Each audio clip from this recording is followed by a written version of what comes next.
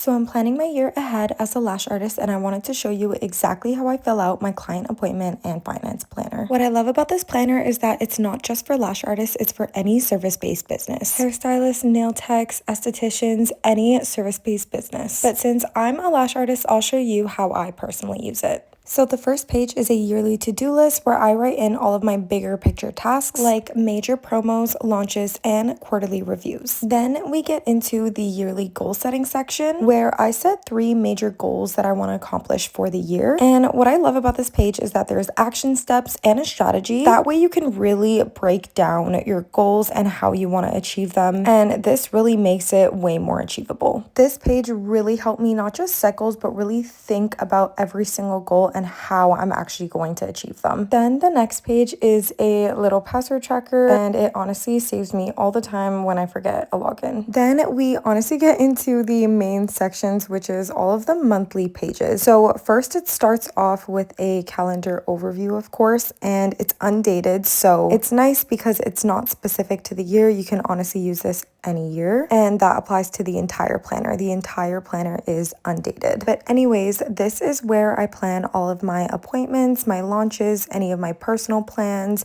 my weekends off, and things like that. And then things like restocking my inventory, any of my content days that I have, anytime I have any models for the day, again, all here. And then after that is a social media schedule, which is probably one of my favorite pages in this planner because it keeps me accountable to actually post my work. As service providers, it's not just about doing the work, but it's also about showing the work. And this page really helps me stay consistent. And then next, there's also a little monthly goal section, which is very similar to the yearly one, where I just set 3 smaller goals for the month and break them down. And then we get into the weekly breakdown, which is where I track all of my clients for the week. It has space for the appointment time, the client's name, the service type, and the price of the service. And then the next page is a spot to track all of your new versus your existing clients for the day. And you just write it in for every single day of the week and see your grand total for the entire week of how many new clients you had versus existing. It kind of just helps see your client retention. And then the next chart is a finance breakdown where I log my service income, my tips, and my product sales. I do sell things like lash baths and aftercare kits and lash growth serums, so I just input all of those totals and add them all up to see how I did for the week. And then the next chart is an inventory section to write down any of the supplies that I have ordered. This is really nice because I get to stay on top of all of my supplies and what I had already ordered. And all of these charts repeat itself every single week for the month, and then every single month for the year, and then at year end to see how you did for the entire year. And then it ends with a cute reflections page to look back at your achievements, your milestones, and growth and plan for the new year. This planner genuinely helped me stay organized and track my numbers